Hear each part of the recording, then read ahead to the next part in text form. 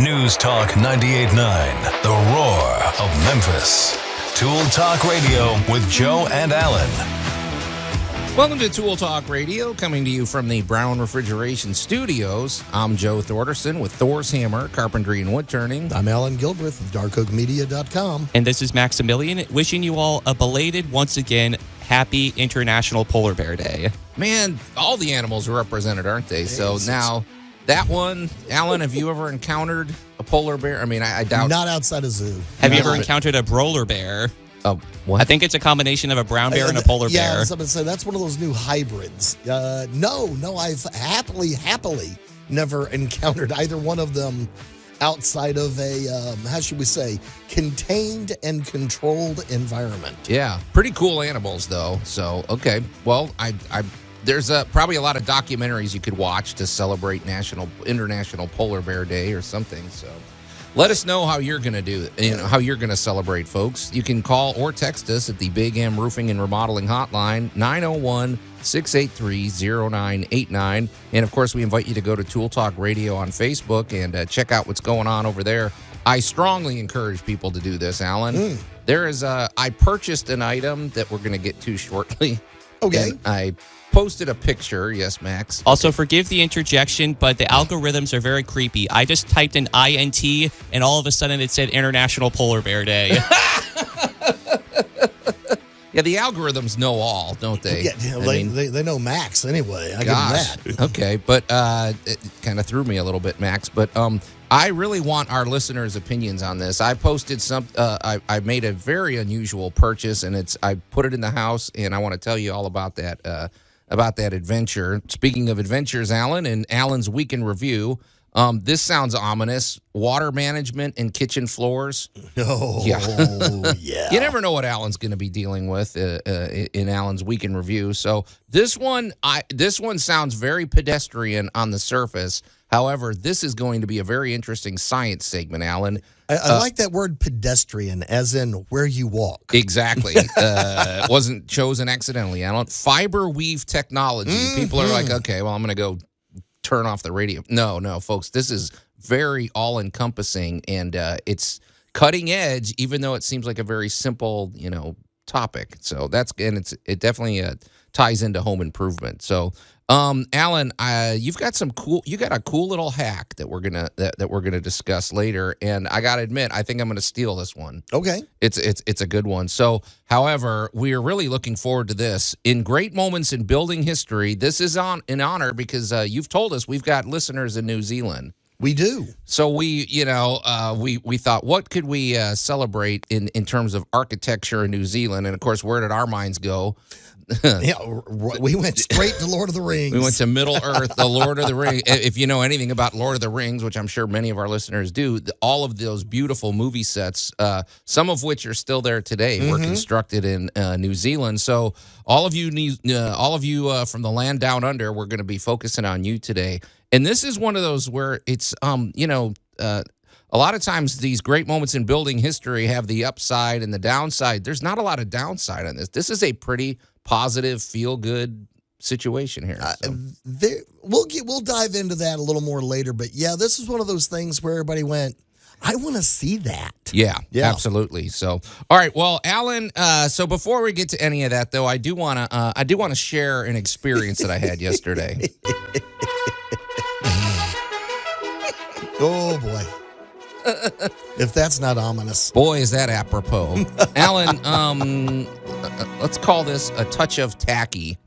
How do you like that? So I'm down with some tiki tacky. Let's see what you did. So we, as our regular listeners know, we're remodeling our kitchen, and we're really getting to the fun part now. A lot of the painting has been done. Most of the we're down to the detail work now, right. And intermixed with that is lately, if we come across something interesting, like for the shelves or for the furnishings or whatever, we'll just go ahead and buy it. Well, we had this really unusual space by the side door where It was only about 14 inches or 15 inches deep, but it was really wide. So we needed kind of a wide, narrow side table, you could say. A weight table or a buckboard or something like that. Yeah, right. so we found the perfect, really cool table. And folks, if you go to our Facebook page, you'll see the exact table I'm talking about. However, we thought the finishing touch on this table would be a nice little lamp. Because, at night, we could either leave it on as a night light but it would really round out the thing. Well, so my wife and I are lamp shopping the other day. Well, it's interesting when you shop for lamps because, okay, we went to, there's a shop I went to, and I mean, literally, a little table lamp could be $600 or something. One of these specialty stores. Yes. I'm like, okay, well, we're not spending that. It's Then got you go. Swarovski crystal in it and all kinds of other wonderful, expensive things. Yes. Then there's those lamps where it's like, okay, there's 8 million of these things. Because, we want to make a statement. We want our own touch on this thing. And so we were this was turning into this big, ordeal trying to find a cool lamp. So I went to this really sort of offbeat place that you could, let's call it like a clearance shop where they actually get things from stores that are sort of the closeout ones. Right. So you might find really high quality stuff at a good price or some really awful stuff. Well, this one lamp just kept. I got to admit. Did it speak to you, Joe? Did it speak to you? Well, I saw it and I'm like, this is the silliest, goofiest thing I've ever seen. Okay. And I'm like, okay, so let's pass by that one. And then somehow, as I'm looking at all these other lamps, that lamp just kept calling to me. And I'm like, it's definitely different. It's the only one here. Right. And so basically what it is, folks, if you can imagine, it is a horse. It's a horse statue. It is. With a lamp in his stomach. Yeah. Which sounds really awful. I mean, it sounds like the thing from that Christmas Story movie with like the leg lamp. The leg lamp, or, it's kind of like the Lucifer lamp. But the more I looked at it, and then I asked the guys at the front desk, I said, can you plug this in for me? I want to see what it looks like plugged in. And they were kind of looking at me shifty-eyed, and they're like, really? You're going to buy this? And I said, I said, well, we're trying to make a statement. And I was thinking, so folks, go to the Facebook page, and you'll see exactly what it is. I sort of went from hating this lamp to being intrigued by the lamp to falling in love with the lamp. And my wife, I brought it home, and my idea was to surprise her and everything and just plug it in. But she looked at it for about 5 seconds. She was shocked. Her jaw dropped. And then she said, okay, I sort of love this thing. So that's what I wanted to talk about, Alan. This thing, I would never in my life have bought this lamp. But then I'm like, you know what? You only live once. Why not? Not only that, but you commissioned your son to name it. Yeah, and what my son named the lamp, named it because he names everything in the house. He named it Apollo. I think it's a very fitting name. Very nice. Okay. But Alan, where's the line between, and where, the thing is, because what we're trying to avoid as we get older is just following the herd and just doing what everybody else does. And we preach about that on this show. And it's like, I don't know, a little touch of the tacky is a good thing, I think. And actually, it's sort of I think it fills out that table perfectly. So I'd be very interested in what our listeners are going to say. I think as you have gotten older personally, I'm just going to pick on you personally. As you have gotten a little older and you portray a certain lifestyle, but you hang out with weird people. Well, let's face it, yeah. At the dude, convention, you're at a everything. sci-fi convention all the time, right? And I think that has begun to creep in on you a little bit. And I think you're admitting a little more about yourself when you go buy something that's just kind of, I don't know why I bought this. I don't know why. It's not even a color I like. But for something about it, and the other thing that you'll discover with these little weird one-off pieces like that is sometimes nothing else works there. That's the thing. We couldn't find anything that worked. That reminds me of that episode of the Dick Van Dyke Show where for some reason in the basement they had a giant rock. Yeah, just, well, they're the only ones in the neighborhood with a giant rock in their basement. So it's it's just one of those weird little things that as you go around and why do you have a big pink rock sitting in the corner? Well, we couldn't think of anything else to put in the corner. It works. But, I think now it's functional. It's a lamp. It works. It makes the space more inviting. It gives a nice glow. If you turn the lights down and everything, it really is a cozy kind of lamp. Right. So. See, welcome to just kind of leaning into your lifestyle. And it's a conversation piece. Nobody's going to look at that lamp and go, "Oh, that's a lamp." It's going to invite comment. What did you buy? Right. And then you can go, watch this. Let me turn down the lights. The one thing I've learned about the really odd pieces in somebody's home is there is usually a very cool show and demonstration to go with it. It reminds me of Buc-ee's. You take what should be an ordinary event of putting gas in your car and you turn it into an event, a full and celebration of something. And you turn it into a cult. Right. And I think there's something to be said for that. There's a lot to be said for just leaning in and being comfortable in your space. Right. You live there. You got to look at it every single day. Do you want to look at the same lamp that is sitting on 2 million other tables? Right. Or do you want this lamp that's got a story? Exactly. I mean, you had to go find this. There was a quest for a lamp. It called to me, Allan. And this I was is not what you brought home. I did not go out going, okay, well, I got to find a horse lamp somewhere. That was not my goal. It's the perfect marriage of form and function. Yeah.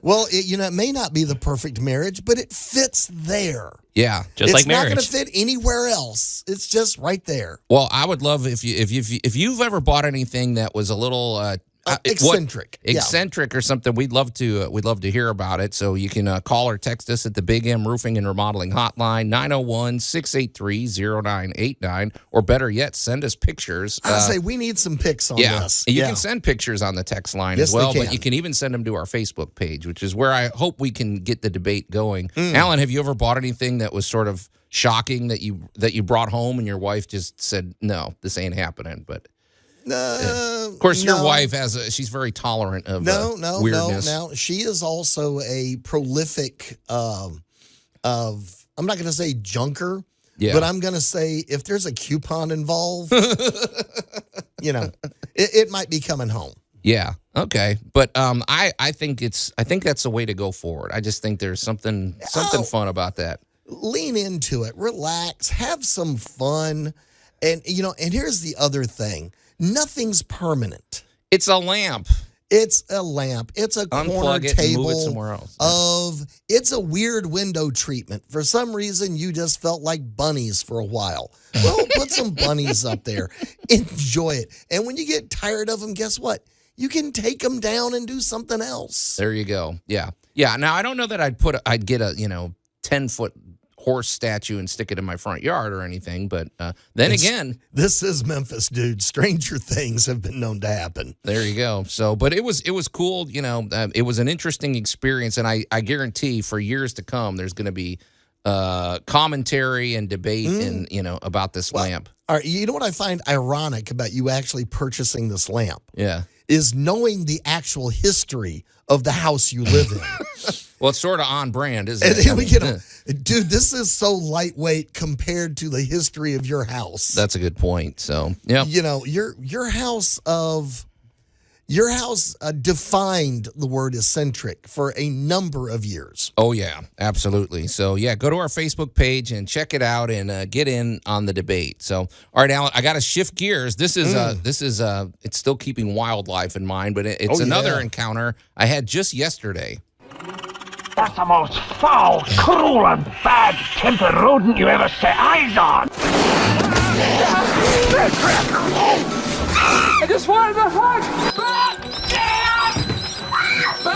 Oh, rats in the kitchen, just like that delightful movie I taped in the theater. 2 classical songs in a row. Yeah, boy, we're staying classy here, Max. So, all right, you folks, I promise you this is true. Allan, have you ever been in the mode where you feel like maybe you're just really in touch with the universe and you probably ought to go buy a lottery ticket because you're seeing things and you're attuned, right? Usually I have that feeling right after I go, I just used up all that luck, didn't I? I think players would call that being in the zone. Michael Jordan used to talk about that, being in the zone. Well, yesterday I think I was in the zone. And luckily so. So if folks, if you've been listening to Tool Talk, you know that I've been on this job for quite a while because this house in Midtown, great lady. She just keeps adding these really interesting projects that I can't say no to the list. So right now I'm demolishing a second story bathroom. Right. It's okay. So if you can imagine, folks, it's a 2-story house and with a walk-in attic on the 3rd story. So above me would be an attic space, right, Alan? So I was taking out the ceiling above the shower. It's a walk-in shower, and basically I have to take it all the way down to the studs because we're redoing everything, including rerouting the plumbing and the lights and all that. So I took off the. I had to go up in the attic, and there's a vent pipe there, right? Because it's a flexible pipe, and it goes to the roof, and it vents out there. Well, when you're in an attic, Alan, sometimes there's weird angles, and you can't see everything, and some things may be hidden from you. So I'm waiting. So I tore the sheetrock out, and I was getting ready to put in the new vent and everything, or the new fan. It's a light fan combination. Right. And there was this weird angle that you literally had to be standing in the exact spot I was standing in to see this. But when I looked up from the bathroom, I'm looking through the rafters into the attic. I noticed that vent is just hanging free. It's literally sitting next to the hole on the roof that it's supposed to be venting into. And you've heard me talking about the workmen that did the remodels on this house like 12 years ago. They were, I mean, I hate to besmirch a fellow contractor, but they cut corners, they didn't finish things. I don't, whatever. So this vent for probably years was just sitting there, and I looked up and I go, I better go up in the attic and close this out and connect the pipe and wrap it up because a squirrel might come through there, right? Literally, that was my thought. 30 seconds later, I walk up to the attic. I promise you this is true. As I walk over, a squirrel climbs through that hole and jumps into the attic. How you doing, Joe? I said, this is not happening here. Yeah. And then now I'm in a situation where I have to figure out what to do. I'm like, okay, this is somebody else's house, and I don't want to just let a squirrel run free here up in the attic. So luckily, she had one of those humane traps. Yes. Probably not the kind you would use, Alan. Yours would have No, I've got to have a heart. Yours would have a guillotine Or that involved. Chuck in his truck would use. It's just a BB gun. So I grabbed, I had to, ask her if I could grab some peanut butter and stuff, and I went down and whatever, I put the trap. It's one of these where if they go in, you catch them and then you release them somewhere else. Take them out to the woods somewhere. So that was yesterday. I haven't heard the report back whether there was a clamp in the middle of the night of this squirrel. But Alan, what is up with that? I mean, literally, I was thinking a squirrel could come through here. Now, is there telekinesis involved? Did I signal the squirrels that, this? I don't know. Like I said, I feel like I ought to go buy a lottery ticket. Well, yeah. It's one of these things where years ago I got a call to investigate a noise in the attic. Sure. And we go up there, and occasionally you stumble into a bizarre scene just because. Yeah. It's the middle of the afternoon. It's hot as all bejesus in this attic. And we let the attic door down, and happily this one, we had WD-40'd it and all that kind of stuff, so it didn't make all the big, loud, blangy sounds they usually make. Yeah. And we let it down, and we went up, and the source of the sound was in a pile, sound asleep. Oh, I've heard about this notorious pile. Yeah, right next to the attic door, and it was a bunch of teenage squirrels laying there in a pile, sound asleep. Right. So I told my assistant, go back down to the truck and get me the bucket and the lid. Yeah. And this is one of these, you'd have never thought this would have worked in a million years, but I guess they had a hard night and they were sound asleep. And I managed to get that bucket down over the top of them, and they didn't wake up until I was sliding the lid underneath it. And so I know what a bucket full of squirrel popcorn feels like. And of course, bucket full of squirrels is the next name for a country song, right? I mean, oh my gosh. And This is just one of those weird things. I've gone up in attics before, and you'll be on your phone, right, talking to somebody, going, all right, now where did you hear this weird sound? Right. Well, I don't know what it was. And I'm like, oh, I do. It's looking at me. Oh, yeah. As this raccoon is eyeballing you going, why are you in my attic? Yeah, no kidding. So, yeah, occasionally you just wind up on that magic lineup going, gee, I wonder if a squirrel's going to come through that hole. Boop, right on cue. I need to, like I said, I need to go do something like the lottery or something. But hey, Alan, before we hit the break, I just want to let you know, so people are already weighing in over on our Tool Talk Radio Facebook page, because I posted a picture of the table and I posted a close-up of the lamp. Well, Barbara says that it works. She said, it works. However, now she's giving me decorating tips, Alan. She goes, however, I suggest you switch the top pottery piece with the one on the second shelf. The lighter pottery piece will brighten the dark second shelf, and the piece currently on that shelf will be more dramatic against the light wall on the top shelf. So, all right. Very, very thoughtful response. And so, boy, we'll try it. What the heck? It's just it's just the decorating. It's not that hard. Well, but Barbara, we appreciate your input. And folks, I'm telling you, you're going to want to see this lamp. So get over there to Tool Talk Radio's Facebook page and join the debate. Well, our comedy buddy, Scott J. Carroll, weighed in and said, wow, that is some really fine nightmare equine. Well, see, in the right context, this could be a horror movie set piece. It could.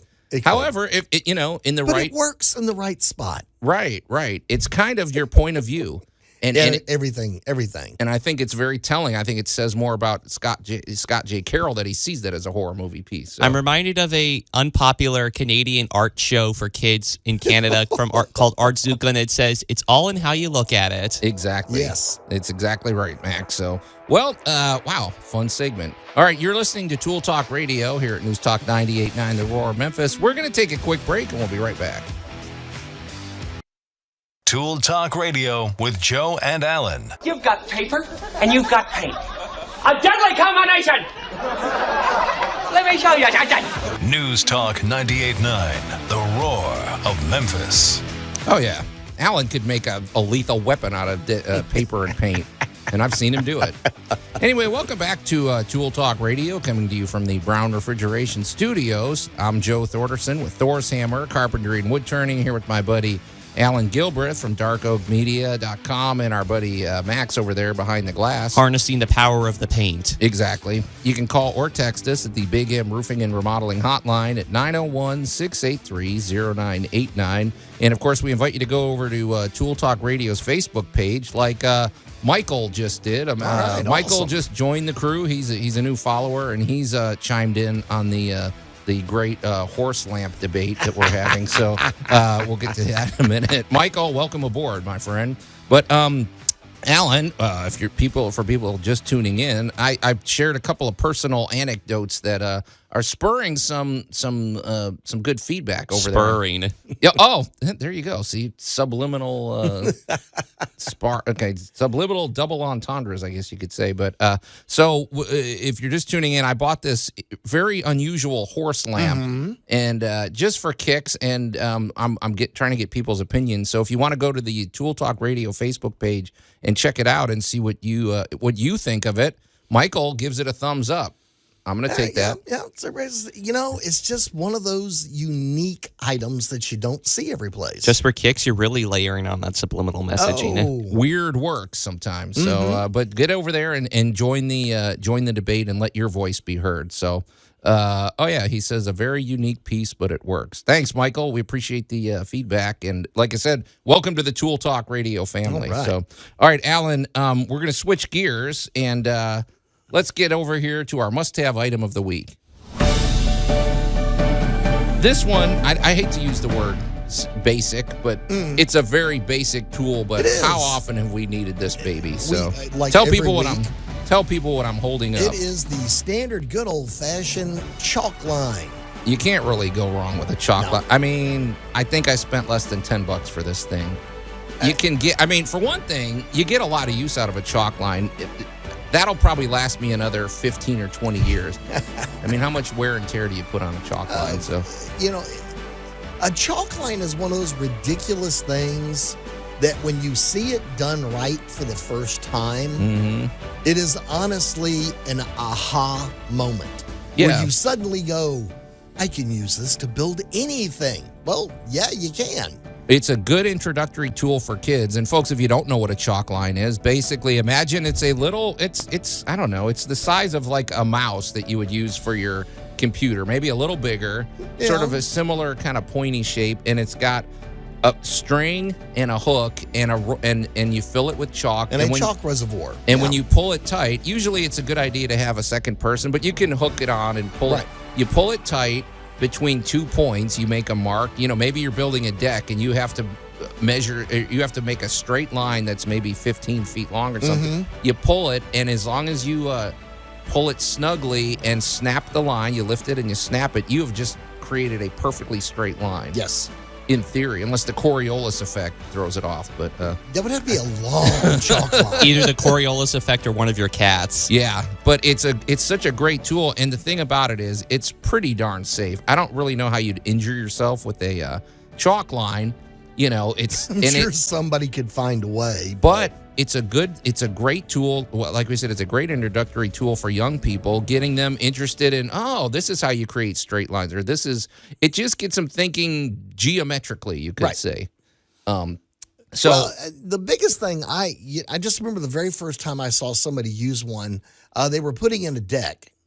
And as they were going across, they were trying to make sure that the junction points between boards weren't all lined up together, creating a weak spot in the deck. Right. So they were staggered, which meant off the edge of the deck looked like, something out of a horror movie with all the different boards, all different lengths, all jutted out everywhere. Right. And these guys were just flying along, working on it, not a care in the world. And then one of them whips out the chalk line, runs it down it, pulls it tight. The guy in the middle snaps it down. The next guy walks over with the circle saw and just runs the blue line all the way around. Man, I love that high production. And it was just like, there you go. From ugly, horrible to pert near completely done in a matter of seconds. Yep, exactly. And that is honestly, especially when you see a crew that is really in tune with how they're working with the tools. Yeah. That device suddenly you suddenly discovered it cut hours off of measuring and leveling and looking, and it just so simple. I could see that they wind it up, then they throw it across to the other guy that needs to do the same thing, and just you talk about high efficiency, and then so hey, our buddy Robbie chimed in. Of course, he is weighing in on his opinion. He always gives good advice. I got to admit. It's funny because sometimes he'll text or whatever with a question, and it's never a question. The guy knows the answer, but it's he politely he's being will ask nice to us. But this is a very good tip, Robbie. We appreciate this. He says stay away from the orange and pink chalks. They are barely visible and they don't stick very well unless that's the result you're going for. Okay, can't argue with that. And Robbie also intervened, but he said, I bought these back in the 90s. Wife hates them because they're hard to dust. If you'll see on my screen, it's just a bunch of dragons. Oh, he's got some great dragon lamps. Awesome. All right, Max, send that to me so we can post that. So Robbie's weighing in on all fronts. So, yeah. I think that's cool though. It's a dragon lamp or something. But I like what he says too about the orange and pink chalks because he's dead on the money. But like you say, sometimes you want that. You don't necessarily because blue chalk. Keep in mind, okay, the downside is. Be careful what you put it on. If you're making, if you're working near a hardwood floor or something, I could see how it gets into the pores and it might be a little messy or something. So I've used the lighter colored chalks generally involved in running tech. Yeah. Like if I'm getting ready to wire up a network operational center or something and I need just... It's hard to describe to somebody that doesn't know what I'm looking at, but I just need that really light line on the floor that's just barely perceptible, right, to keep me lined up where I've got to run all my wires. Yeah, and that way it's really easy to clean up too. Little Windex and a rag, and more forgiving. It's gone. Yeah, perfect. So yeah, I would say this, there are must-have items of the week, and then there are really must-have items of the week. This is $10. Get yourself a chalk line, and if nothing else, if you've got kids, get yourself a chalk line. Let them go play on the sidewalk, and you'll have hours of well, this is one of those entertainment, top 10 items that honestly just needs to be a fixture. Right. This is, if you're going to do any work around the house, this is just it's a handy tool to have. Now, I'll throw in a little side project for the kids and a sidewalk square. Yeah. How imaginative can you get with those lines? Sure. That's the thing, man. Because you might can come out and they create created some amazing artwork. You remember that? You remember that thing when we were growing up, Allan, spirograph? Exactly. I'm just thinking of some of the geometric cool. Yeah, exactly. Yep. Give them some chalk. Send them out onto the back patio and let them go to town. It's a temporary artwork that the weather will take care of for you. Allan, I don't want the whole show to turn into this lamp debate, but Angel, I think, outdid us with tackiness. She posted on our Facebook page, she's got skeletons riding around in her back seat. So, that is their anti-theft device. Okay, because nobody is going to steal her car. Okay, it's haunted. All right, there you go. Angel, you beat me. You win. Okay. All right. Hey, Allan. Okay, you know who I doubt has any skeletons in the back of their truck? Well, I don't know. Terrible transition, but our good buddy Larry Brown with Brown Refrigeration. However, I guarantee you he's got a horse lamp on his desk at work. I mean, if I know Larry, that's a given. Somewhere in that office is, Regardless of his decorating skills, the guy knows HVAC. I mean, it's like we say, you talk about a rock solid business culture and a company you can depend on. Brown Refrigeration is who you need to call. The HVAC system is one of the most important features of your home, and it needs to be functioning properly. Man, especially here in the Mid-South, the way weather moves around here, and just the older I get, the more aware I am of humidity and the problems it causes when it's not regulated and everything. So, and the air, man, I don't envy Larry's job. He has to condition the air here in the Mid-South with the pollen and everything else, but he does it. They do it better than anybody else. Of course, also the Remy Halo system is sort of a key component to that battle. The power, the UV power of the sun inside your HVAC system, and is it affordable? Yes. I don't know why you wouldn't have this. It is. Well, once you have it, you wonder how you ever lived without it. Right. What you're going to notice is how much you don't smell anything in your house. The air just is moving, but there's no smell. And all of the air that's coming out of your HV system is now clean, and it's cleaning every surface it hits. So, and the great part is you can control it all with your smart home system right from your phone. And boy, does that give you some power, and it gives you a sense of comfort. And also, it's always a good idea to have a relationship with a reliable HVAC company, because you need to tune these systems up, and they just need a regular maintenance check. So we suggest have them come out once or twice a year. Absolutely. Look it over, give it a little tune up, and it pays for itself. The visit is next to nothing, and also they can identify if you might have some issues coming up. They might say, just let's be prepared, because in the next few years, you're probably going to have to replace this system. Well, that's the kind of knowledge that's empowering. And if you do find yourself in that situation, they also have great financing. I mean, really great financing. So just a rock solid company to be a part of. We're really proud to be associated with Larry Brown. I don't know why the guy talks to us, but he does. We're happy and we appreciate it. We do. We love you, Larry. So get in touch with the good people at Brown Refrigeration. You can call them directly at 901-362-1881, or go to their very easy to remember website, brownref.com. All right, Allan, let's drag the conversation down, shall we? Oh, the humanity. And thanks for spearing our eardrums on that one, Allan, or Max. So, yeah. He didn't give us the big blast at the beginning, so. Well, all right. Good. So what was your week like, my friend? I mean, I was dealing with squirrels and horse lamps. What did you? Well, squirrels and horse lamps is hard to compete with. However, we're going to discuss our age-old enemy, water. Yeah. And okay, Allan, I love water, Water is great. I mean, I feel like we can't live without it. But we don't it's want hard water to live with it. we don't want water to sometimes. rebel against. I mean, we're 70% water, so we're pro water, just not when it comes to coming in the house. So, We're not pro water at those magic moments. right. So Let's see. Well, let's start with my usual rant about of your mulch and the direction you are sending water. there you go. Because we just had, oh my gosh, we just had 3 full days. For those of you who are listening outside of the Mid-South area, wow, I do apologize because you're getting pounded. Oh man, there's people around the country that are really having some rough weather. There's 15-foot snow drifts here and there. Some folks have had 3, 5, 7 inches of rain. There have been tornadoes. There have been snowstorms, blizzards. It has been a rough week in weather. Oh yeah. And of course, here in the Mid-South, we were not spared. We had the extremely high winds, which has been taking out a lot of tree limbs. So I know, Joe, tree limbs are one of your trigger points. Every time it gets windy out, that's all I think about. Is that tree going to crush our house? Tree's going to come in, is it coming down?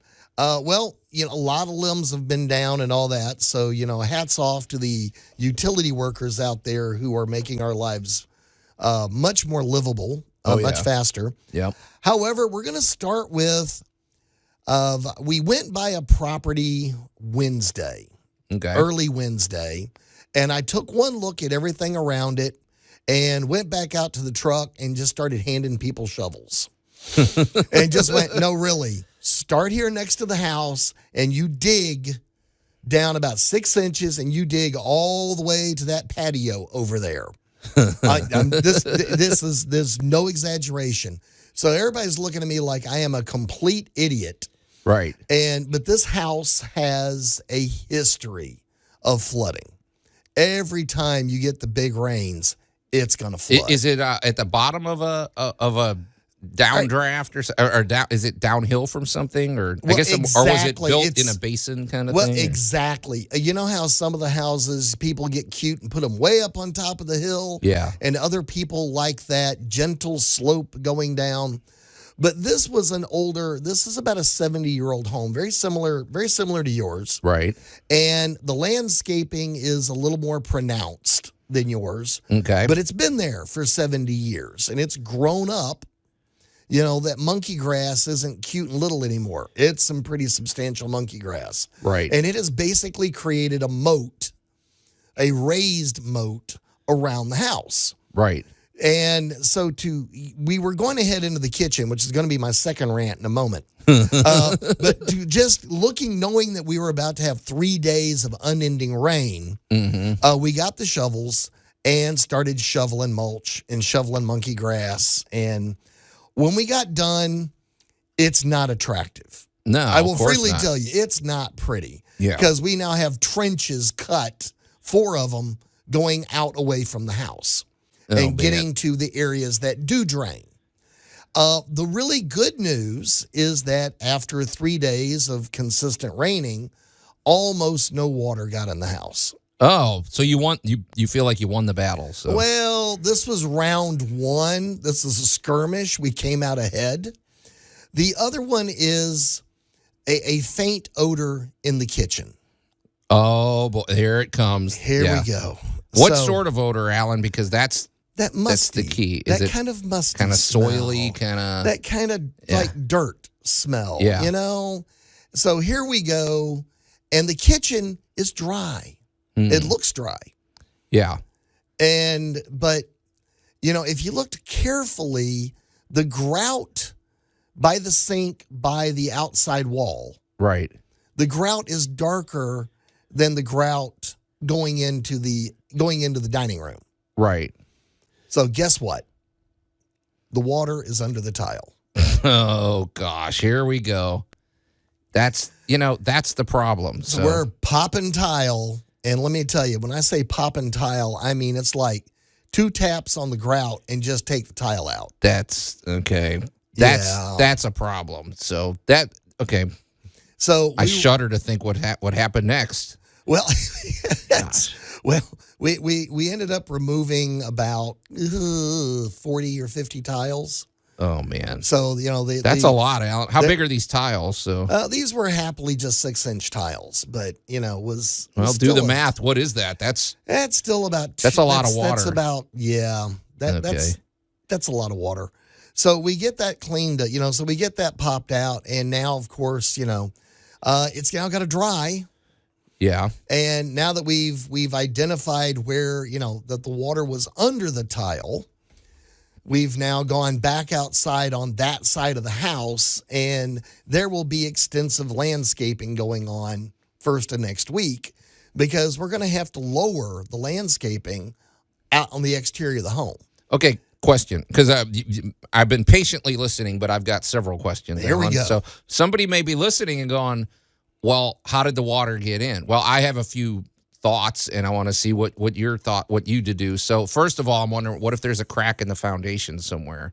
I'm pretty sure there is at this point. Or one thing that it's very easy to overlook. Now, I would love to hear from any pest control people these days if this is still a thing. But as we've seen, there's a lot of homes like our house is a perfect example.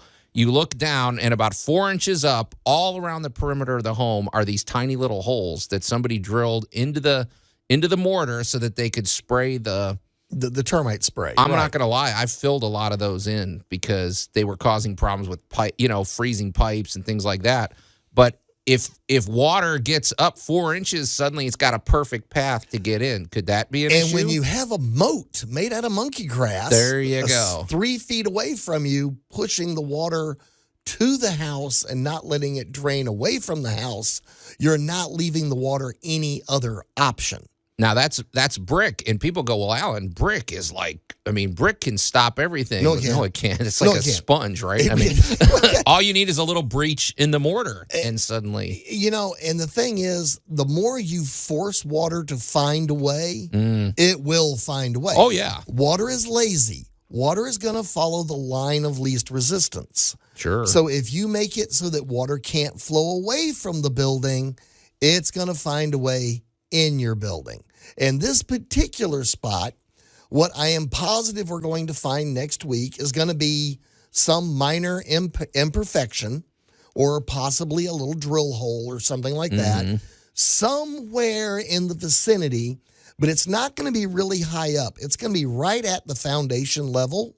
That's what it seems like. So that the water is, I'm going to say, is just almost micro seeping in and getting just under the tile. It's going to be right at that level. So that's my first suspicion, because I'm not seeing any wall damage.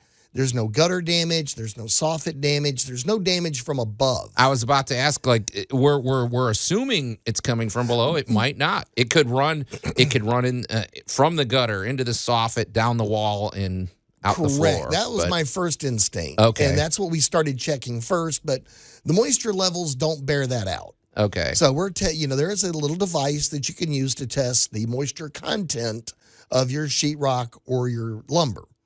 Wait a minute. How come you've never brought that in for the must-have item of the week? I will bring one in next week. Hold on. Can you tell me more about that device? Because I feel like that's something that we really should know more about, because I don't have one. I know you've mentioned it before, but I don't know why I don't own one. Is this an expensive thing? Not really. You can get them at your local big box store. And what it is, it's a little device for measuring the moisture content of your lumber. Because let's say of just wondering how it does your that. flooring. Okay. What it is you look at it, it has 2 little electrodes on the top of it. The one I have. Oh, it nice. has 2 little electrodes, and we're working on a wall, but we just brought a lot of 2x4s in from outside. Okay. All right, so they were at the outside lumber yard. Sure. Well, if I put this key up there and those things are telling me that they're at 22% moisture, I don't want to put that in your wall yet. It's too wet. Wait. It's got to dry. You're saying like electrodes. I'm picturing like a taser or something. So it actually looks exactly like a taser. So you put it up there, and what I'm guessing is, this is just sort of fascinating. Sorry, I didn't mean to sidetrack you, Alan, but this is interesting. So you put it up there, and I'm assuming these electrodes create some sort of an electric field, and it's traveling through the wood and seeing how much cooperation it's getting from water. Is that it? Exactly. Basically? That's pretty cool, man. I got to get one of those. What and- happens if you put it up to your brother or something? Don't. Please don't do that. Because you'll probably get punched. 70% moisture, right? That's yeah. what you should get. Okay. So these moisture devices are pretty much priceless when it comes to hunting down some of these problems. Sure. Because that sheetrock wall may look perfectly fine on this side, and you go to check it, and that thing's saying, oh, no, we have way too much water behind here. That's a great way of finding, is it coming from above or is it coming from below? That's a very, that to me, that's sort of mission critical in a way, because if you've scanned the whole upper, like 4 feet and above, and you can eliminate that there's no moisture up there, then that's a good. Well, yeah, you put it up there. It helps you narrow the focus. And you're looking at that, lovely low moisture content that you're actually reading for. That's fine. But then, that lets you eliminate at least where you're looking. Right. That's pretty cool, man. So do you feel like you won the battle, or is it ongoing till next week? It's going to be an ongoing skirmish, but we're going to win by Tuesday. There you go. That's the that's the can-do attitude we support. You may have won the battle, but have you won the war? Oh, we're going to win that by Tuesday. Absolutely. and I can see water at large out in the world just rubbing their hands together, going, "Yeah, oh yeah, Allan, think again." We got a rematch coming next week. Exactly. Yeah. Okay, what a weird segment. You're listening to Tool Talk Radio here at News Talk 98.9 The Roar Memphis. Hour 1 is in the can, but boy, are you going to want to stay tuned for Hour 2.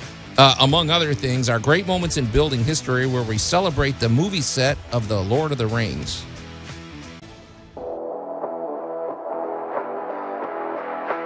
News Talk 98.9, The Roar of Memphis. Tool Talk Radio with Joe and Allan.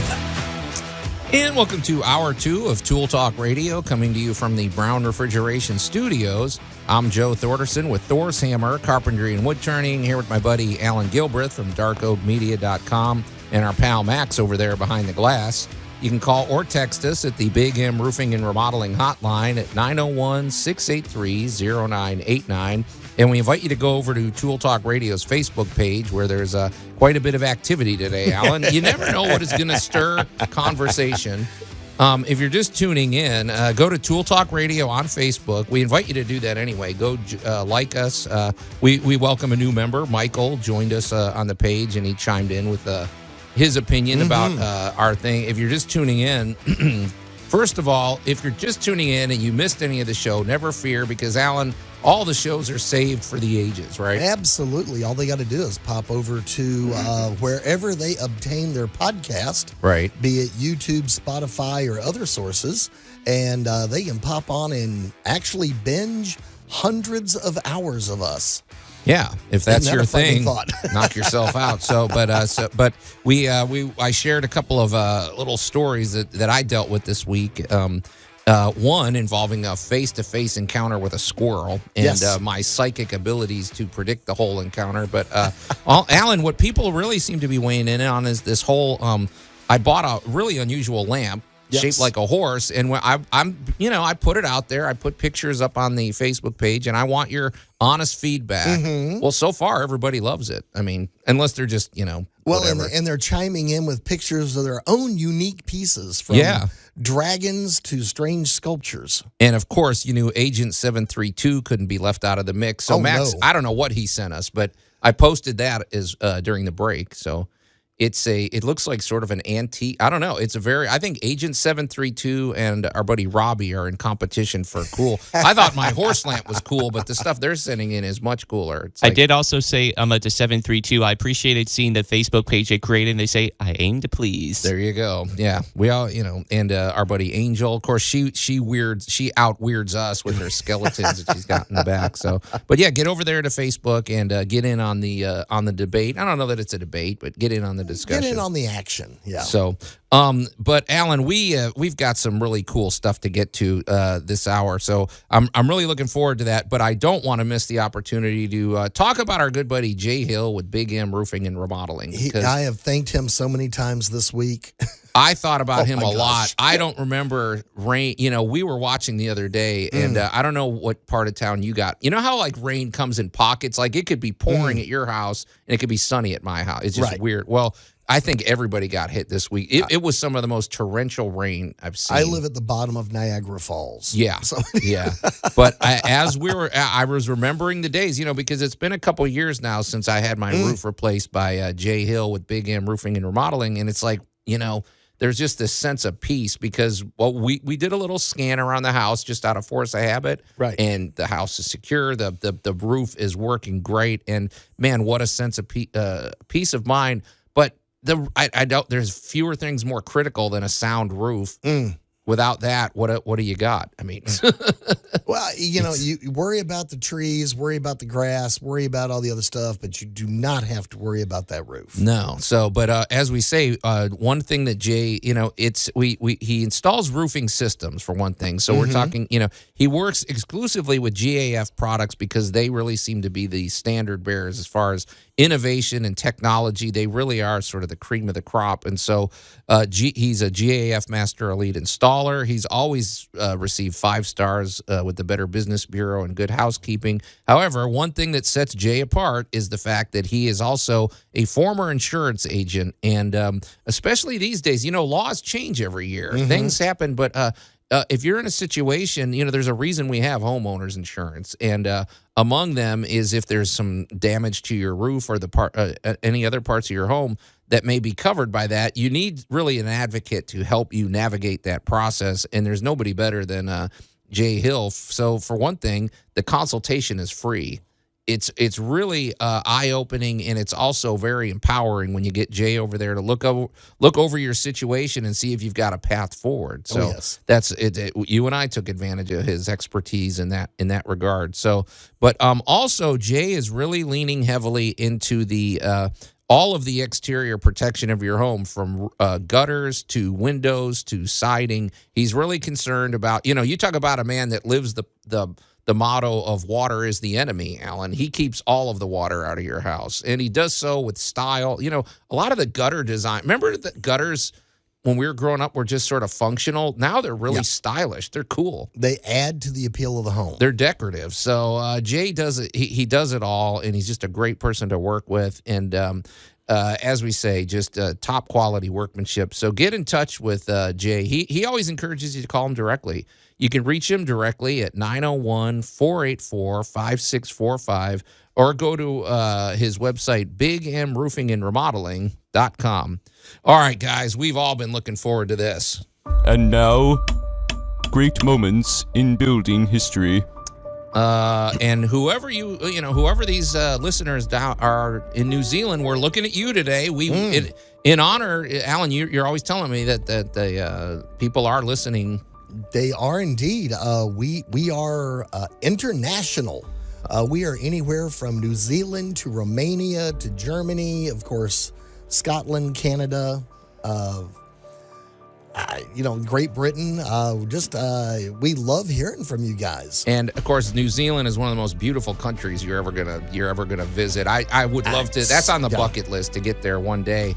But when it came time to think about, okay, what do we want to celebrate about New Zealand? Let's face it, it was an easy pick. The first thing we think of is the Lord of the Rings, and so we thought those sets and some of the the scenery in the Lord of the Rings films, which were just epic, would make a good discussion for great moments in building history. So, Max, you wanted to kick this off, I thought, with a quote by J.R.R. Tolkien himself, the man himself. Yep. The world is indeed full of peril, and in it there are many dark places, but still there is much that is fair.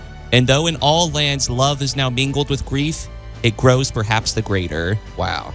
That guy knew his poet. I mean, the guy had a very poetic speech. He could go on a little bit long about, he might spend 4 pages talking about a tree and like 30 seconds talking about a battle. But, what a writer, J.R.R. Tolkien. However, okay, Allan, now we've talked about this. Now, folks, we're hoping that many of you have seen these, the Lord of the Rings movies, which one of them won Best Picture of the Year, deservingly so. Yeah. When and really, so this is over 20 years ago when the Lord of the Rings became a big thing, and I would dare say it helped usher in the love of fantasy and science fiction and superhero movies. I mean, people didn't take that stuff as seriously as they did after the Lord of the Rings came out. Well, there were two problems. Okay. One was, of course, financing. Sure. And if you're going to make big budget movies, then you needed big budget stars and that kind of thing. And two, of Star Wars really kind of brought in the idea that computers could be used so that certain scenes just couldn't be reproduced. Right. However, here's Lord of the Rings, which was mostly pastoral or castles. Yeah, Peter Jackson I think he, as much as possible, likes to avoid the CGI stuff. So. And not only that, but Peter Jackson actually grew up in New Zealand, and so he was very determined to find Middle Earth within his beloved home country. Well, that shows what I know. I thought he was British the whole time. So, No, all right, sorry, no, Peter Jackson. No, Peter. So this was in his blood. And but he read the books and literally drove around and went, "Oh, that's right over there." Yeah. And this is right over here. And it's just the unique environment of New Zealand lent itself to this so well.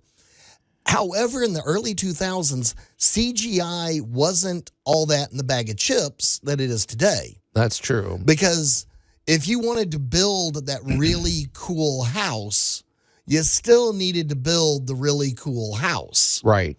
So, And that is exactly what happened. So here comes this movie project, and this was a little weird because this was the first time somebody had pitched a movie and somebody came back and said, just make all three of them. yeah, because this is a trilogy. You can't really tell only one story.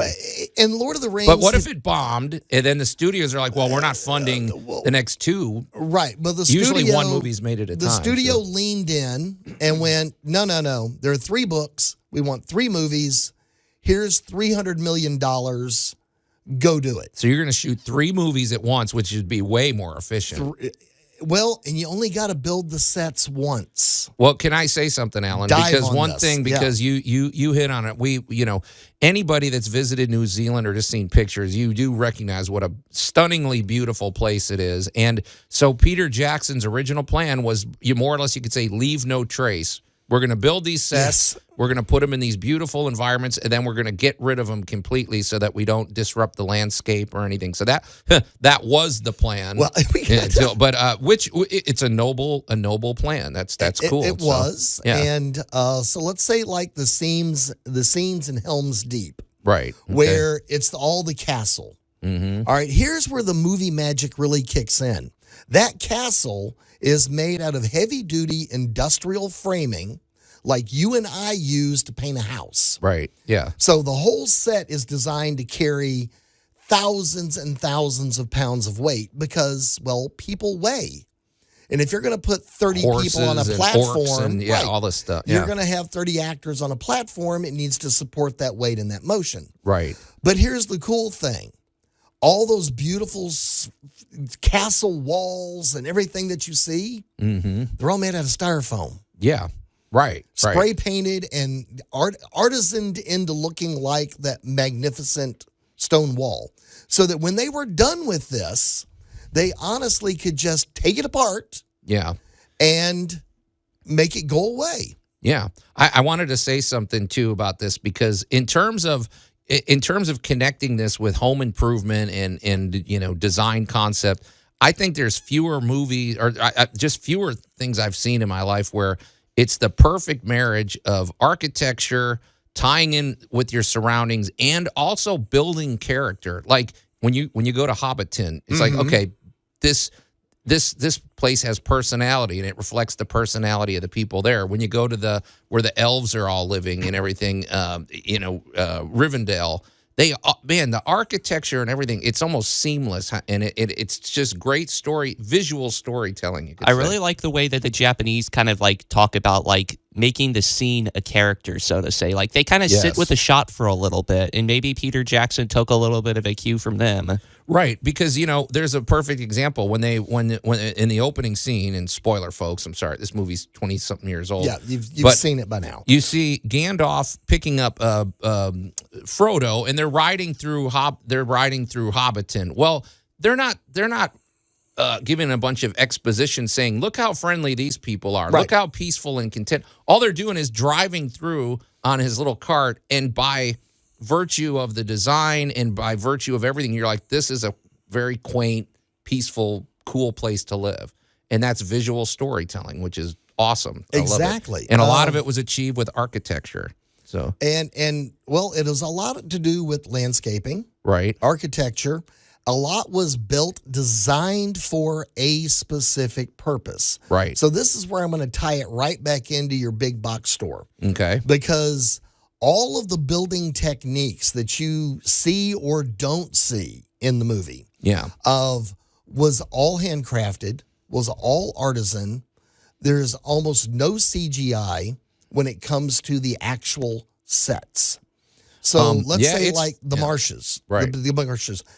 Today we would put a tiny little set in the front where the actors are going to work, and we would green screen the entire rest of the marshes. Right. Well, in the early 2000s, what they did was they went and found a really big parking lot next to a railway yard and brought in hundreds and thousands of bags of wet sand. Right. And honestly landscaped this to look horrible and dead. Yeah. And then the cool thing was they turned right back around and bagged it all back up.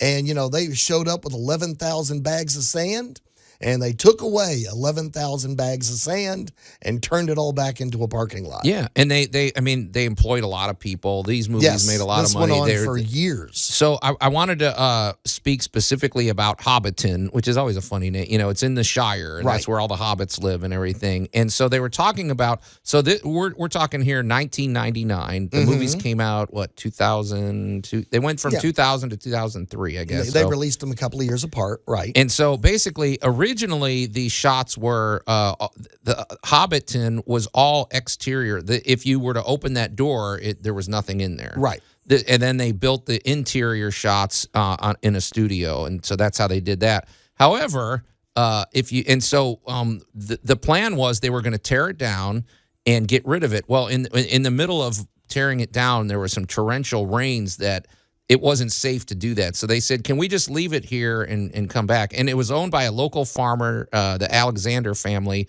Well, in between the time they were supposed to come back, the Alexanders are like, well, this would be a kind of a cool tourist area. Yes, it would. So they said, well, let's just, if they called the studio, they said, do you mind if we let people tour the thing? And they said, no, go ahead. So their goal was to, if they could get 300 people a year to pay for this thing, it would pay for, it would be worth. Well, the first year they got 12,000 people. And they're like, okay, I think we're on to something here. Here comes the Hobbit movies.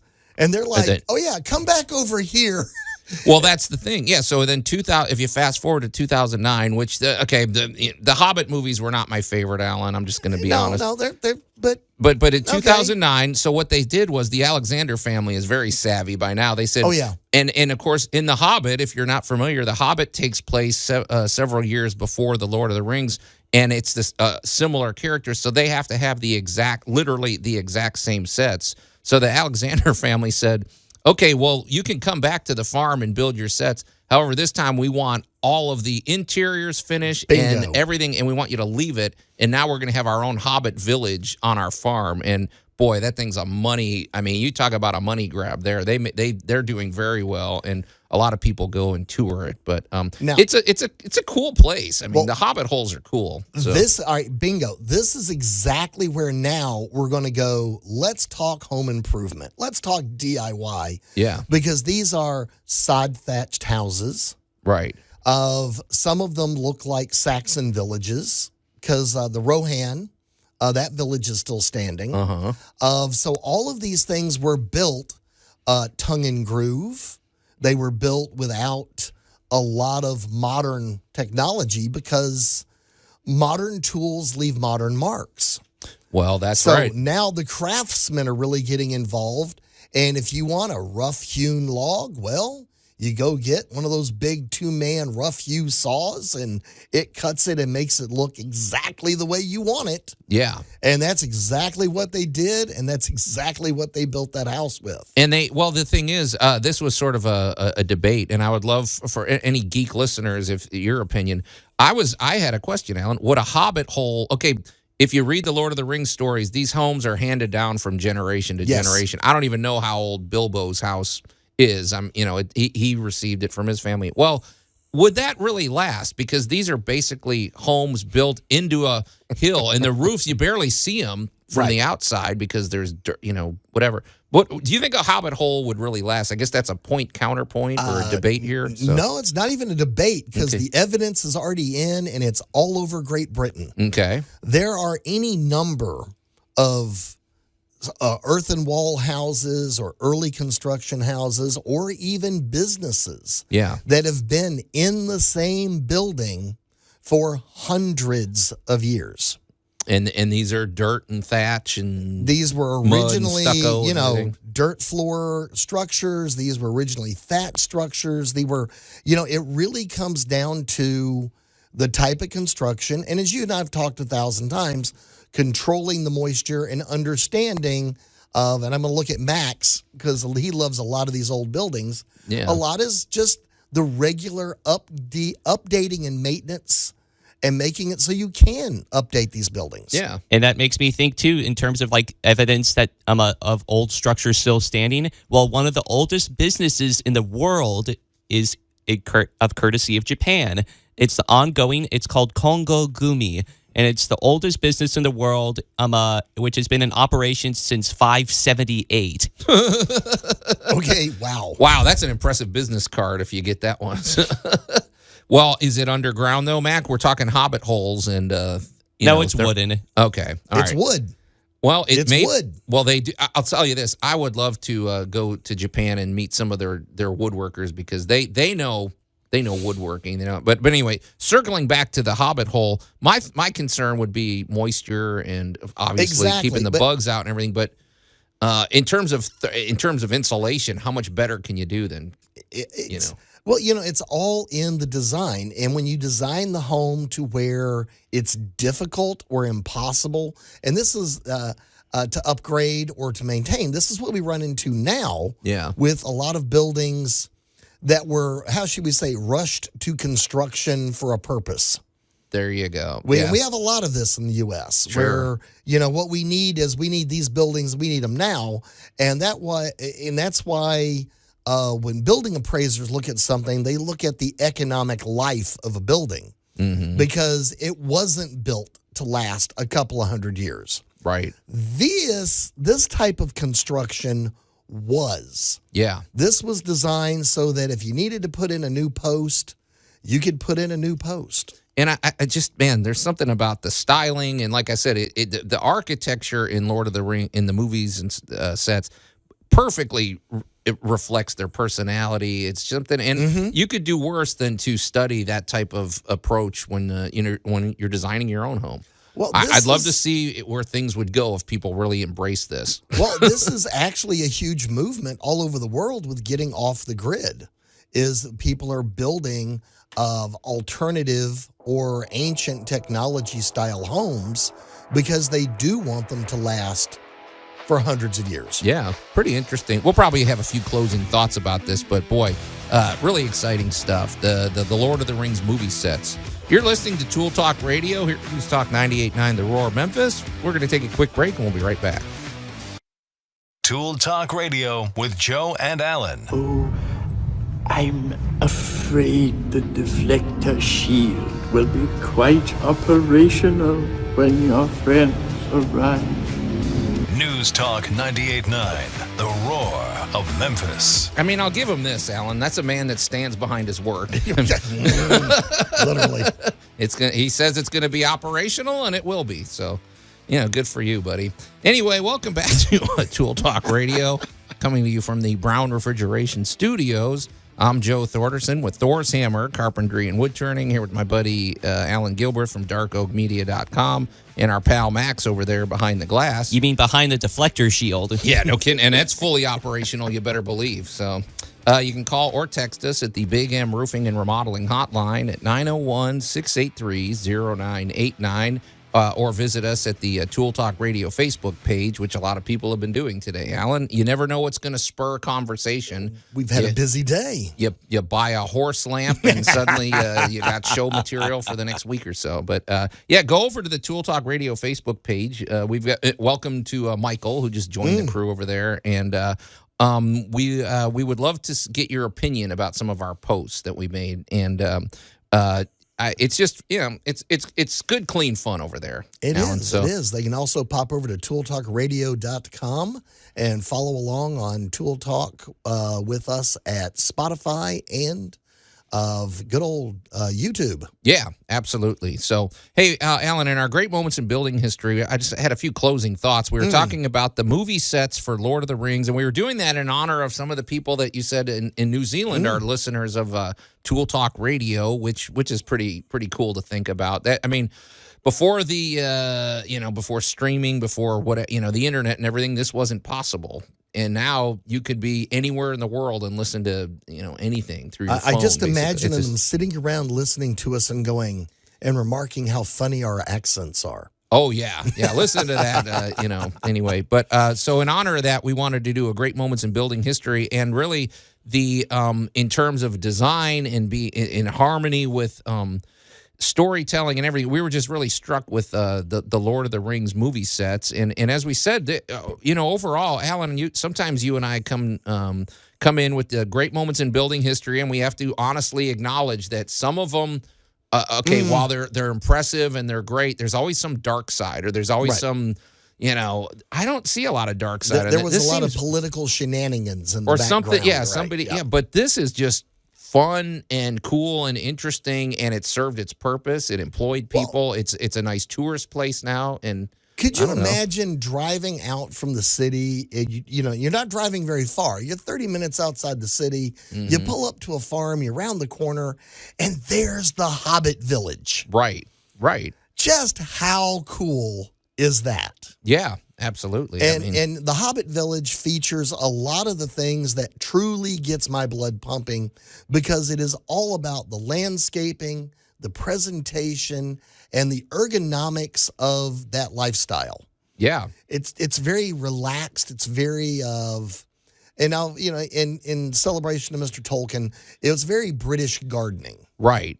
And, the Lord of the Rings, they attempted it many times. They attempted to bring it to life. They were talking about this back in, I believe, the 50s trying to bring it on screen. I mean, they even did like an animated Lord of the Rings. Yeah, I remember when that came out. And I'm not going to lie, it's good, but it's a little, the animation is a little creepy to me. I remember as a kid, it kind of creeped me out. And I don't think it gives the impact that Peter Jackson's. Well, I got to meet Ralph Bakshi at a couple of conventions a couple of times, and he'll sit around and talk for ad nauseum at the rotoscope that they were using, and they were really just trying to tell a good story. Yeah, it looked a bit more like a Dungeons and Dragons campaign thing than anything else. Oh, yeah.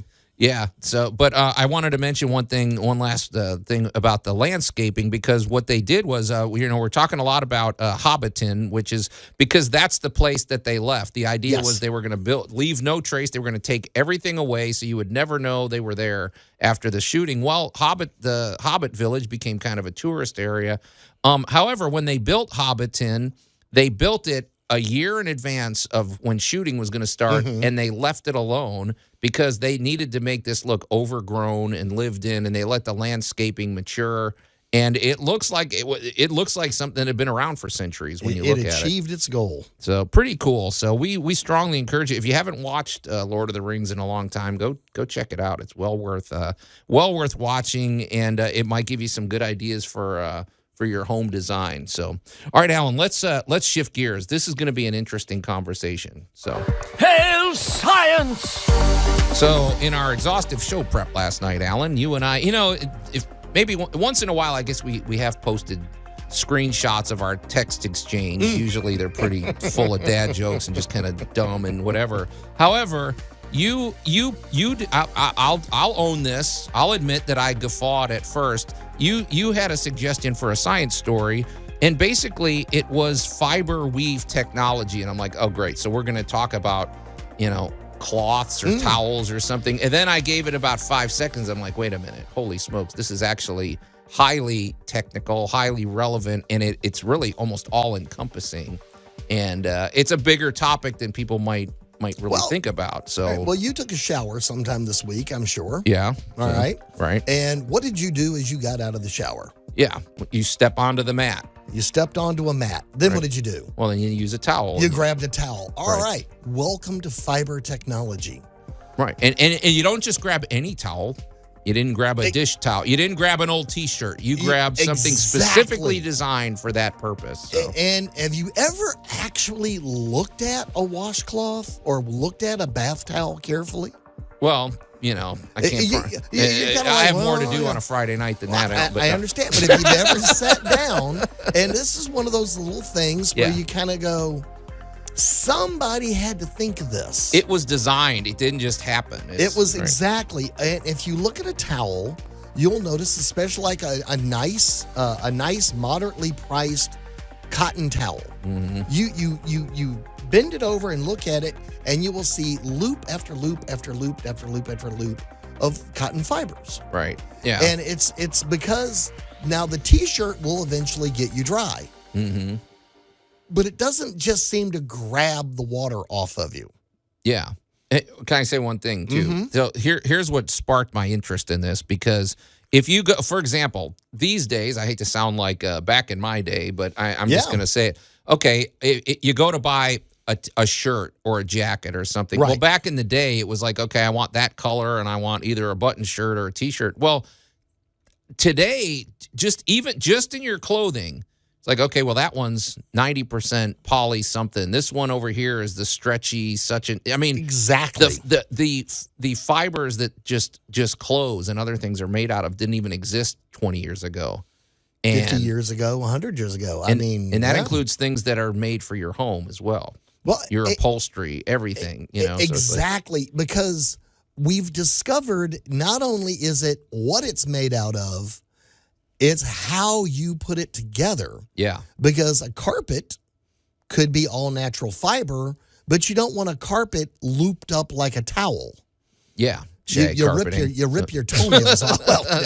Well, not since shag carpet went out. Right. So welcome to what brings everything together, because we go everything from a washcloth to carbon fibers that we're making airplanes out of. Right. Exactly. I kind of have an inquiry for you, Allan, in terms of like a cotton towel technology, so to say.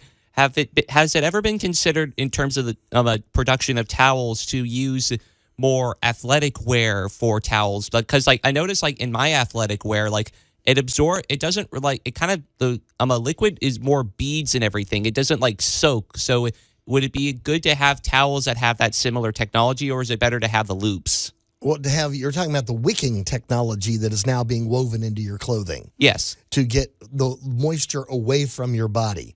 All right. Well, you're looking at similar ideas, and your athletic wear was stealing the loop idea from the old original towel weaving. Grandpappy towel weaving. Yes, exactly. So when you look at the Discovery Channel and you see people making a rug the old-fashioned way, keep in mind that is how all cloth weaving was.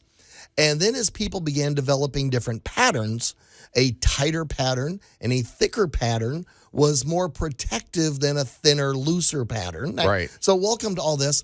And then we began adding in the different fibers. You had linen, you had cotton, and now suddenly we had silk. And silk had drastically different properties. And, well, welcome to the world until rayon and polyester, which were outcomes of basically World War II, trying to replicate silk because, well, Japan wasn't on our side and they had all the silk. Yeah. So the Asia, the silk supplies were cut off, and silk was a material, because of its unique properties, we were using in a lot of products. Right. Yep. So here comes polyester. So now we got polyester, and now we have an artificial cloth. Good or bad, because Yeah. I remember some pretty horrible polyester fashions Yeah, in the gosh. 70s and 80s Yeah. and shirts that would melt to you and that kind of thing. Oh, yeah. And then out of all of this, suddenly we began getting non-woven technologies. And I'll give you a perfect example. The material on the hood of your car. That is a non-flammable, non-woven, compressed fiber technology. And then we began Wait, getting... what are we talking about here? The paint? I mean, No, we're talking about that material. When you used to pop open the hood of your car, oh, there inside was the an insulation. inside insulation of that, Yeah. and that was a compressed, non-woven technology. Right. And so Well, here see- suddenly fiber has become everything to us. See, the reason this topic interested me, Alan, is a perfect example. Okay, we were just the other day I was watching that movie The Martian with Right. Matt whatever. Okay, you know the one he's stranded. Yes. Okay, well, that is about as high tech situation you can have. And yet, all of the technology that they had in that movie, traveling to Mars, can be thwarted by dust. If dust covers the solar panels, they have no Exactly. power or whatever. They need an effective way, and Mars dust is very weird. And so you know, it's easy to go, well, fiber technology, who cares? Well, fiber technology involves just about everything. If I'm thinking in terms of your HVAC system, there's fiber technology in your air filter. Mm-hmm. You need a fiber that's going to catch the dust and let air flow through it. That's not easily achieved. Or I mean, another case in point, yeah. my mom, she was looking at the back of the heater and everything, and it's like, man, did it collect a lot of like fur? Like so you need the right type of fiber and insulation in order to, not let that collect. And so are we in the middle, I guess is what I was going to ask you, because it just seems so much more advanced and I feel like sometimes these revolutionary inventions can easily go under the radar because who's thinking about fiber technology? But I feel like we're in the middle of a fiber revolution right now. Well, even our breathing mask from the pandemic. Right. Everybody's kind of like, well, these procedure masks don't work. The air gets around my... All right. It's charged particle woven fiber technology. What does that mean? Like it's static electricity generated or something? Or You know what? That is as close as an example as we can give. And let's just say the fibers are charged one way. The little particles that they're designed to trap are charged the other. Therefore, they're trapped in that fiber technology. Yeah. That reminds me of these type of technology that they made for the moon landings, because they talk about the astronauts complaining about, like, there's dust everywhere. There's moon dust. All right, yeah, that's and that's insidious, and it'll mess up all of your mechanism. Well- and that's true for cars. That's true for any moving parts, which brings us to polyester and polyamide, which is nylon. Okay. And the fact that we can now use air-powered production capability to produce very, very, very thin lines of this material. As a matter of fact, how about 1/100th the diameter of a human hair? You know what, man, Alan, you reminded me of when they invented fiberglass, how revolutionary that was. So now they can create these you can't even Literally, see. Say the word again. Micro. A microfiber. Right. Man, what's it going to be like to remove a microfiber splinter? Dude, you have thousands of them. You'll never know. Wait, you're saying they produce them, but they're producing them now, is what we're saying. All right, you can go to your big box store now and buy a box of microfiber wipe towels. Right. Watching the production of these things, I was looking at one weaving facility that makes microfiber tiles, and the actual fiber production silo is 3 stories tall. Right. Because they use air to create the little molten pellets Right. get to be air expressed out into this tiny, tiny, just microscopic size, and then gathered and then compressed and woven into what we call a microfiber towel or mop or other such. And the whole idea goes back to your original bath towel, is that the smaller the fiber and the tighter the little space and how the fibers are looped creates its ability to grab and contain smaller and smaller particles. Because now, with our modern tech, if you think about, you can go buy a camcorder now, or whatever they call them, a little action cam. Yeah. You can buy one of these online for like $50. Right. But what would happen if there was a speck of dust on the inside of that lens? Yeah, now you have now you got a dark UFO spot. floating everywhere in the Exactly. background. So, yeah. So welcome to how far this very mundane technology has come. Not to mention, here's another thing. Sometimes we look back in history and we look at pictures of our ancestors 100 or so years ago. They're wearing these big, heavy wool clothes, and the women are wearing these big hoop dresses. And they lived here in the South, and you're like, what would that have been like to be here in the summer? In that, Miserable. Well, if you have if your clothing is suddenly more comfortable, and if the upholstery in your car and your furniture are more comfortable, and maybe they're even removing moisture and they're moving, to me that helps the environment, right? We're not using as many things to cool ourselves off. We're letting natural airflow just sort of do the job. So I just think it's wide reaching, and it's just one of these things we come in contact with it every day. We have microfibers in our clothes, and I mean, and the miracle is the microfiber is the result of the modern age. We couldn't have made this 100 years ago, right? Yeah, we were trying. We discovered early on in textiles, the finer the fiber, the more interesting the product could be developed. Yeah. And when we got into stuff like carbon fiber technology, suddenly, here we go. We can actually stiffen and layer this stuff to the point where we could make it as strong, if not stronger, than a metal. Yeah. Oh, it's very interesting, and we're in the middle of these revolutionary things. So I think that's going to be an ongoing discussion here. Yeah, so so I'm sorry I scoffed, but don't underestimate the power of that microfiber wipe down cloth that you're cleaning your dashboard with. Yeah, it is astounding technology. Absolutely. So, hey, Allan, speaking of astounding, we don't want to miss the opportunity to hear about let's talk about our own stuff for just a second. What's happening with Dark Oak Media? Are you dealing with any revolutionary things this week? Or? Well, we've got the Scott J. Carroll, of course, is our big hit right now with Cooking in a Tiny Kitchen. Sorry. Is that just the challenges of not having a lot of space? Exactly. And you have to, a lot of people don't have giant, huge kitchens. You're renting a house. You're in an apartment. You don't have an HGTV 20 by 20 kitchen. But you want to still cook big. You want to cook and entertain. So okay. Scott is having a great deal of fun doing Cooking in a Tiny Kitchen. And, of course, our other big hits are, us. Okay.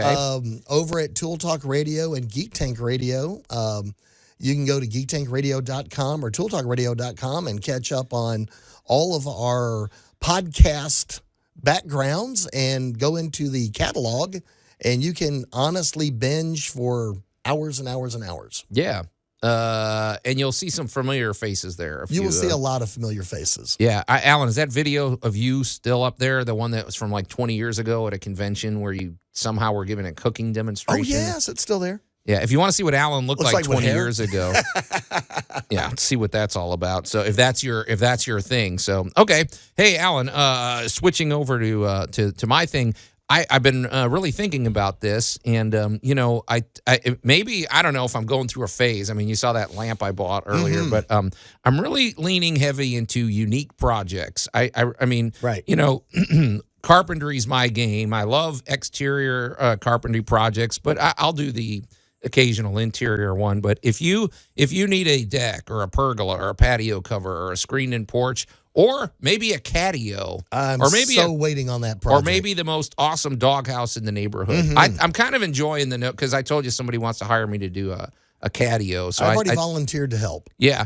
I love those kind of projects, and doing woodworking. One thing I love about my work is I don't get those emergency phone calls like our buddy Larry Brown or Jay Hill gets when nobody calls me at 3 a.m. saying I need a deck built immediate. It's like so the jobs tend to be very enjoyable, and plus the people get very excited when it's over. Oh, yes. It is. I mean, it is a pretty cool thing to have a blank space, and now suddenly you have this great, beautiful deck that you can, barbecue and hang out on. So I love those kind of projects. So if you need any of that done, get in touch with me. You can call me directly at 901-921-7105 or go to my website, thorshomes.com. Make sure you pluralize.